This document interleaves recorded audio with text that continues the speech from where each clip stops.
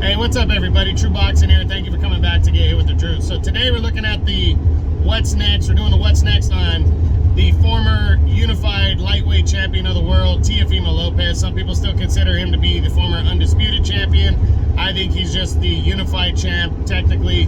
But be that as it may, Lopez returned to action on December 10th. He took on Sandor Martin on 4 weeks' notice and got more than he bargained for as he walked away with a very close 10-round decision win over Sandor Martin, and now Lopez pushes forward. He had a lot of backlash from the fight, but I really don't understand why. I think Lopez, Martin was the kind of opponent that you don't take on short notice. I think that was the biggest mistake Lopez made. And I didn't have a problem with him winning. I thought it was close. It could have went either way, but I thought Lopez maybe just did a little bit more work than Martin. And again, it was close. I don't think it was the big robbery that Martin was talking about after the fight, but either way, Lopez was in a dogfight and he escaped with the victory.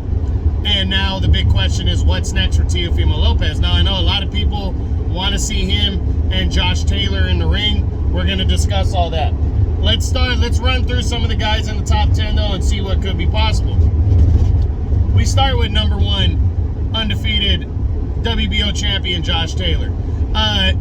Taylor has to deal with Catterell next, and then maybe, and that's probably taking place February or March. So the earliest him and Lopez would be possible would be like August area, in my opinion, August, September. So I don't see it next for Lopez. I think Lopez is probably going to get another fight in before he takes that big step up to fight the champions at 140 pounds. And I think he almost has to now, following that performance against Martin. That's just my opinion, but I think, very, very likely that we're not going to see Lopez and Josh Taylor next.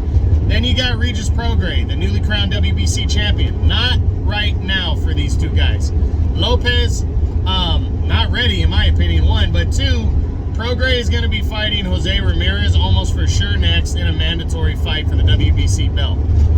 If that fight wouldn't happen, I still don't know if Bob Arum would be ready to put Lopez in against Prograis right now. But hey, you never know. You definitely see how that all shakes out, but that's just my opinion right there. Then you got Jose Ramirez, the former unified champ. Again, as I said, Ramirez is going to be fighting Regis Prograis next in a mandatory fight.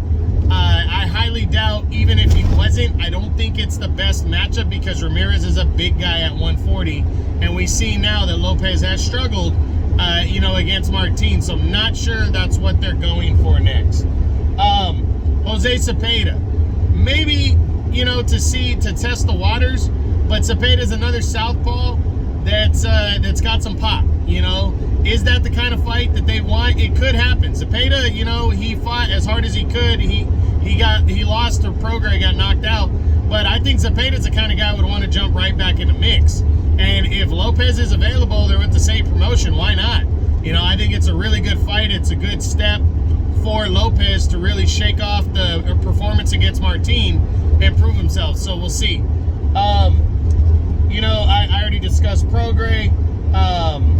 You got Victor Postal, veteran, you never know, but kind of big. I think it's a bad matchup. Gary Antoine Russell, he defeated Postal this year. I don't see it happening just simply because, one, it's a bad matchup. Two, Russell's a PBC guy, so I don't see that. A rematch with Sandor Martin, not likely. Unless Lopez is really that pissed off and wants to fight Martin again. That's the only way I see him rematching him, is if he's pissed off and when he wants to leave, no doubt, with a full training camp in a full 12-round fight. We'll see. I think that could be a back burner option, but I don't think it's going to happen. You got former multi-division champion Jose Pedraza, two-division champion actually. Pedraza, I think this is, in my opinion, it's the most likely option. The reason being is they're both with top rank. He's a former two-division champ.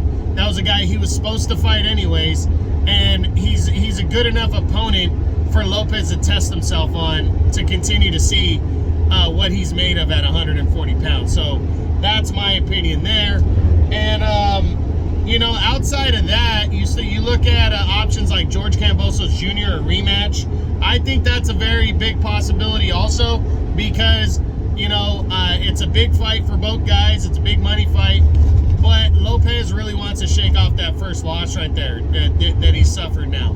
So, you know, if gun to my head, if I'm deciding what possibly could be next for Lopez, I mean, Ryan Garcia obviously is out also. But if I'm deciding for Lopez what he should do next at 140, I really believe Jose Pedraza is the most likely option. But I think a rematch with George Kambosos Jr. is also definitely right there in the mix. And I also think Jose Cepeda and then Sandor Martin, a rematch with him, could be possible. I think Lopez does want to shake off that loss to Kambosos, though, and I think he's going to stay away from Martin. But I definitely could see a fight with Pedraza or a fight with Cepeda next for Lopez. I think it's an outside option for Taylor, because Taylor's already committed to the Catterall fight, and obviously Catterall's not an option for him at this point either. You know, it would have to be in the second half of the year. So, anyways, and then finally the WBA champion. I'm sorry, Alberto Puello. Not seeing that one because Puello is a PBC guy and also has mandatories due. So that's it.